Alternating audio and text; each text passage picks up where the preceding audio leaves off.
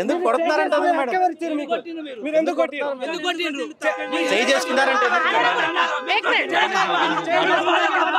చెప్పాలి కదా, ఎందుకు కొట్టారు, ఎందుకు స్టూడెంట్ ప్రొటెస్ట్ చేస్తుంటే కొడతారా మీరు? కరెక్ట్ కాదు కదా, ఎలా కొడతారు మీరు? ఏం జరిగింది? స్టూడెంట్స్ ప్రొటెస్ట్ చేస్తుంటే ఎవరు అందే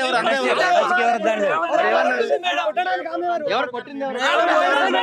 కొట్టింది ఎవరిని ఎవరిని వాళ్ళు అన్నారంటే ఇప్పుడు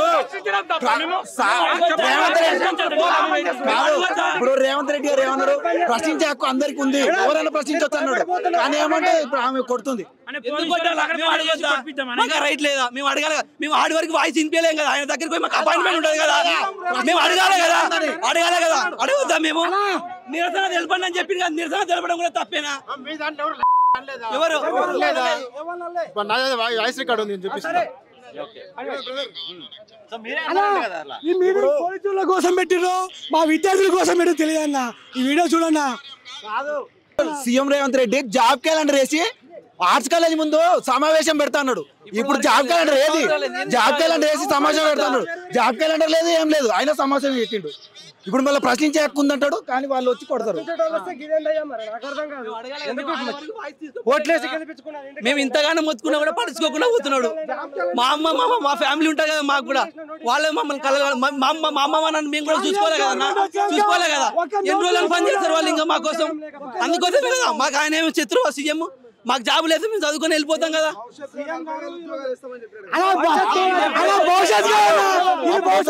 పెట్టిండు ఒకసారి ఆర్ట్స్ కాలేజ్ లో, ఇక్కడ పెట్టిండు, తాగురు ఆడిటోరియంలో పెట్టిండు. ఏమన్నాడు, జాబ్ క్యాలెండర్ వేసినాకనే ఓయూలు అడుగు పెడతా అన్నాడు. ఇప్పుడు అడుగు పెట్టిండు. ఏది జాబ్ క్యాలెండర్? ఇప్పుడు కూడా అడుగు తీసిండా? జాబ్ క్యాలెండర్ గురించి ఆయన తీసిండా? ఇది విద్యార్థుల సభ అన్న, పోలీసు వాళ్ళ సభ. ఇప్పుడు ఇంటెలిజెన్స్ లోపల పెట్టుకొని సభ నడిపించారు తప్పితే ఈ రోజు విద్యార్థుల కోసం జరిగే సభ కాదు. మీ విద్యార్థులందరూ ఎందుకు వచ్చామంటే జాబ్ క్యాలెండర్ రిలీజ్ చేస్తే దానికోసం వచ్చాం. కాకపోతే దానిలో మధ్యలో పోలీసు వాళ్ళని పెట్టి ఈరోజు సభ నడిపించారు. దాని తప్ప ఏం లేదు. సీఎం